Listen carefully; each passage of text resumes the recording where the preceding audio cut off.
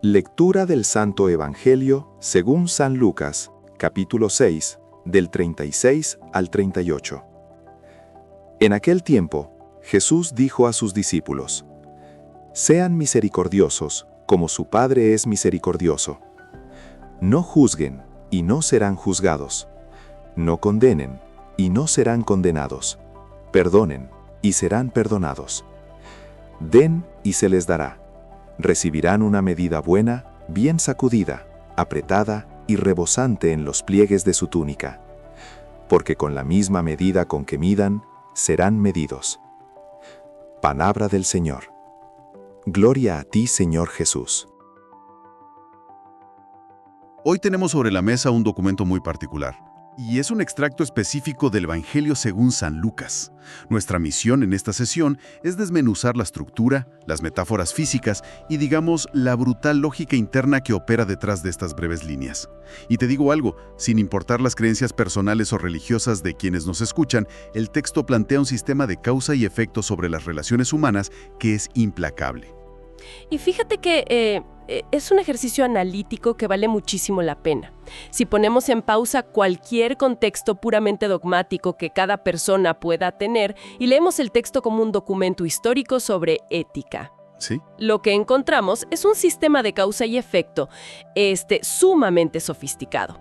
Es, en muchos sentidos, una de las primeras articulaciones de lo que hoy podríamos llamar la economía de las interacciones humanas. La economía de las interacciones, me gusta ese término. Sí, porque el texto no se queda en sugerencias vagas, no. Plantea reglas operativas concretas sobre cómo interactuamos, cómo procesamos los errores de otros y, de manera crucial, cómo esas dinámicas generan un efecto dominó que termina rebotando hacia nosotros mismos. A ver, vamos a desempacar esto, porque el extracto arranca con una instrucción que no deja mucho margen de interpretación.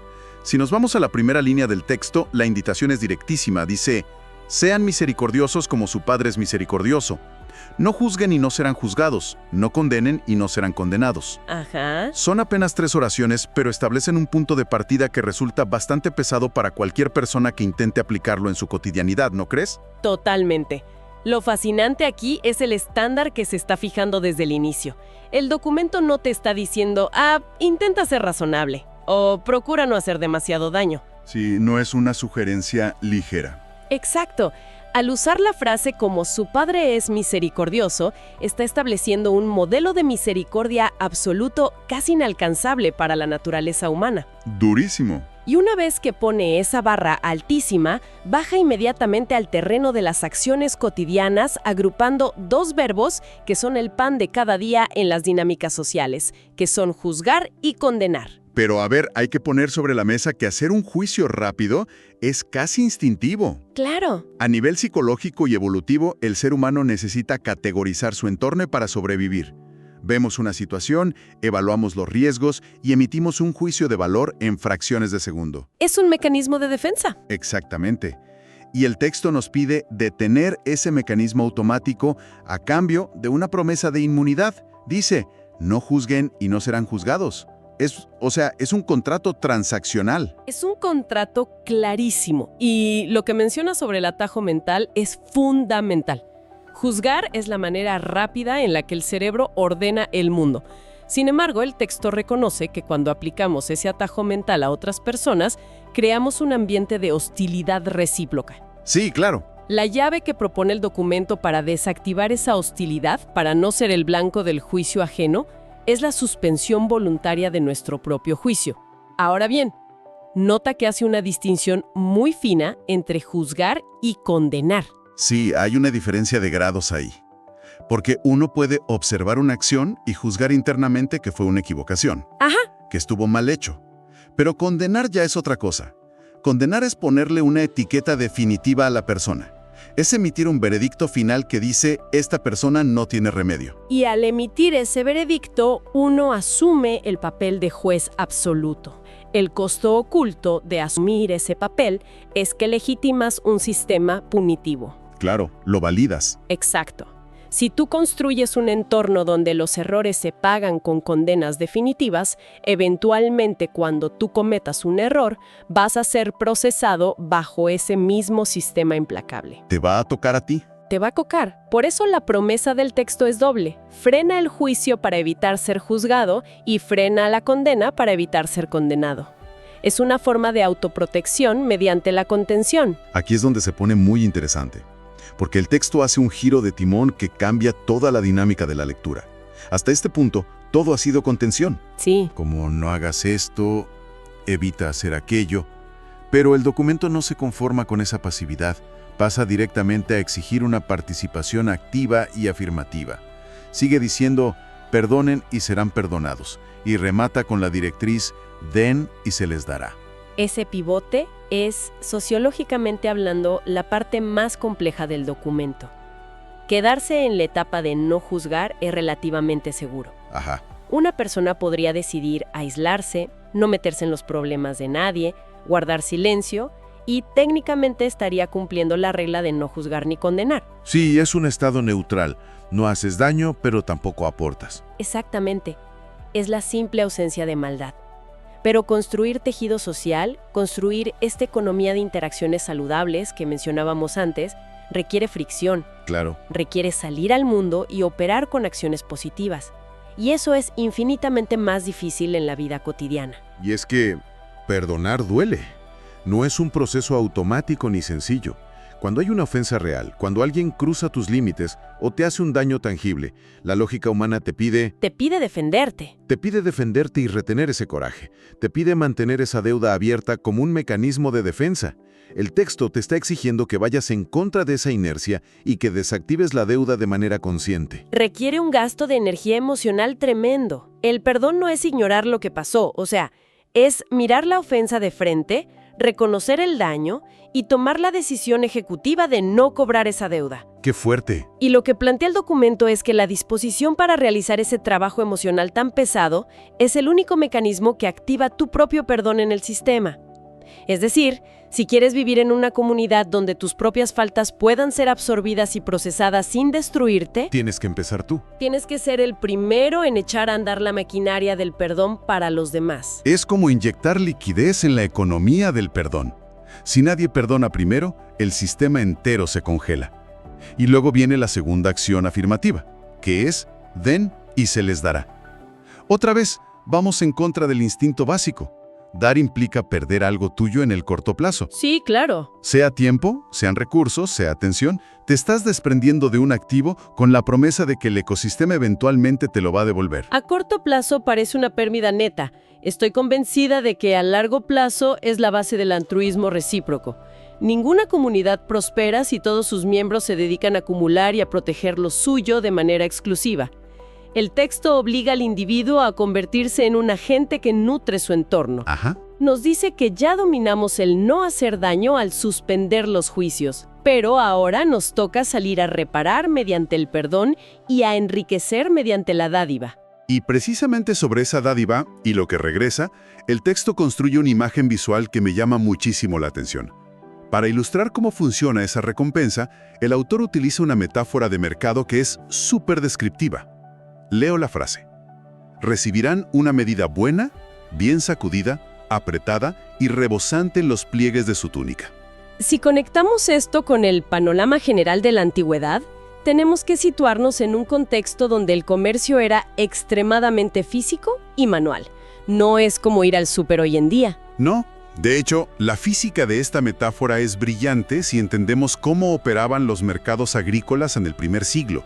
No había básculas digitales ni empaques estandarizados por gramos. Si tú ibas a comprar trigo, la transacción se calculaba por volumen, usando una vasija o un cajón estándar llamado medida. Claro.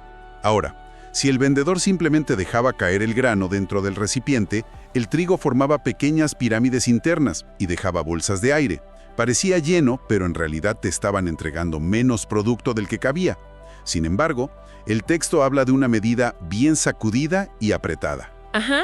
Es decir, el vendedor está físicamente golpeando los lados del recipiente para que los granos se asienten, eliminando el aire, y luego presionando desde arriba para forzar a que entre más cantidad. Lo que estás describiendo es la antítesis física de la tacañería. Exacto. Es un esfuerzo biomecánico deliberado para no engañar al otro, sino para maximizar el beneficio que se le entrega. El autor acumula estos adjetivos de manera progresiva para dejar clara la magnitud de la respuesta del sistema a un acto de generosidad inicial. Primero es una medida buena, que establece honestidad básica. Sí. Luego, bien sacudida y apretada, que implica el esfuerzo físico que bien explicaste para eliminar los espacios vacíos. Y culmina con el adjetivo rebosante, que es el punto de quiebre donde la abundancia ya no puede ser contenida por los límites del recipiente original y comienza a derramarse. Hay un detalle visual adicional en esa misma línea que es profundamente evocador. El texto indica dónde aterriza ese grano derramado. Dice, en los pliegues de su túnica. No habla de guardarlo en un granero o de ponerlo en una carreta. En el mundo antiguo las personas usaban prendas largas, a menudo sujetas por un cinturón o faja. Ajá. Era una práctica común jalar el exceso de tela por encima del cinturón para formar una especie de bolsa profunda contra el regazo o el pecho, usando la propia ropa para transportar bienes. Y ese detalle transforma por completo el tono del texto. Pasar de la vasija a los pliegues de la túnica cambia una transacción comercial fría a una experiencia íntima. Recibir esta avalancha de grano directamente contra el cuerpo, tener que abrazarlo para no dejarlo caer, nos habla de una recompensa que se siente de manera personal y muy cercana. Es súper descriptivo. Es un recurso literario magistral. El texto comienza en las alturas filosóficas hablando de un estándar de misericordia casi incomprensible y aterriza directamente en el regazo del individuo, en la sensación táctil de la abundancia contra el pecho. Todo el documento es un viaje desde lo más abstracto hasta lo más tangible. Entonces, ¿qué significa todo esto a fin de cuentas? La regla es contundente. Cito, porque con la misma medida con que midan, serán medidos. Esto plantea una pregunta importante sobre la asimetría con la que solemos operar. Frecuentemente, los seres humanos sufrimos de una disonancia cognitiva en nuestras relaciones. Queremos que nuestros propios errores, nuestros momentos de debilidad o de ignorancia sean evaluados con una medida enorme, Sí. empática, llena de contexto y de comprensión. Pero cuando se trata de los tropiezos de los demás, tendemos a sacar del cajón la medida más pequeña, estricta y desprovista de oxígeno. Queremos la medida sacudida y rebosante para nosotros, pero aplicamos el recipiente con bolsas de aire y reglas inflexibles para el de enfrente. Y lo que esta frase final establece es que no hay dos instrumentos de medición en el ecosistema social. Hay uno solo. La herramienta empírica que tú eliges usar para calcular el valor, las intenciones o los errores de la persona que tienes al lado es exactamente la misma tasa medidora que el entorno usará para auditarte a ti. Fuerte. No dice una medida proporcional o una medida similar, dice con la misma medida. Todo el texto, entonces, funciona como un espejo que refleja la responsabilidad absoluta del individuo sobre su propia experiencia futura. Para recapitular el recorrido de este análisis profundo, iniciamos enfrentándonos a la idea de replicar un modelo absoluto de compasión. De ahí, exploramos la psicología detrás de frenar nuestros juicios y nuestras condenas como una estrategia para no activar un sistema punitivo en nuestra contra. Luego, pasamos la barrera de la simple pasividad hacia el terreno difícil del perdón y la generosidad activa. Ajá. Entendiendo el alto costo energético que conllevan. Finalmente, cerramos con esa imagen física casi palpable de un mercado antiguo entregando grano a manos llenas en el regazo de una túnica, sostenido por la inquebrantable regla de la medida recíproca. Resulta de una relevancia tremenda traer estos conceptos al escenario actual. En una época caracterizada por la velocidad de la comunicación, la sobreinformación y las dinámicas de las redes sociales, emitir juicios severos se ha vuelto un deporte de tiempo completo. Totalmente. A menudo condenamos sin contexto, utilizando una medida microscópica para evaluar vidas enteras a partir de un fragmento de información. Analizar la lógica de este texto nos invita a hacer una pausa táctica.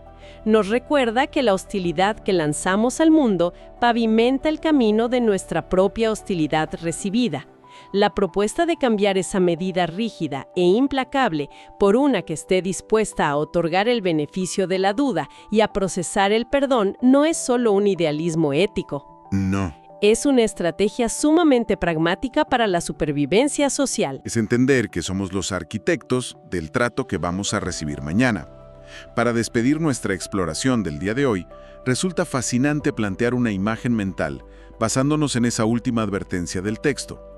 Valdría la pena pensar qué pasaría si en cada interacción diaria, ya sea discutiendo en el tráfico, enviando un correo complicado en el trabajo o en un desacuerdo familiar, pudiéramos ver flotando en el aire la forma exacta, el tamaño preciso de la medida que estamos usando con la otra persona. ¡Qué imagen! Si existiera la certeza absoluta de que esa misma medida, milímetro a milímetro, nos estará esperando al final de la jornada para evaluar nuestros propios actos, quizá la forma en que estructuramos nuestras palabras y decisiones cambiaría de manera instantánea. Nos despedimos por ahora, recordando siempre mantener esa curiosidad viva, buscando las grandes lecciones en los detalles pequeños y cuestionando todo a nuestro alrededor. Hasta la próxima inmersión.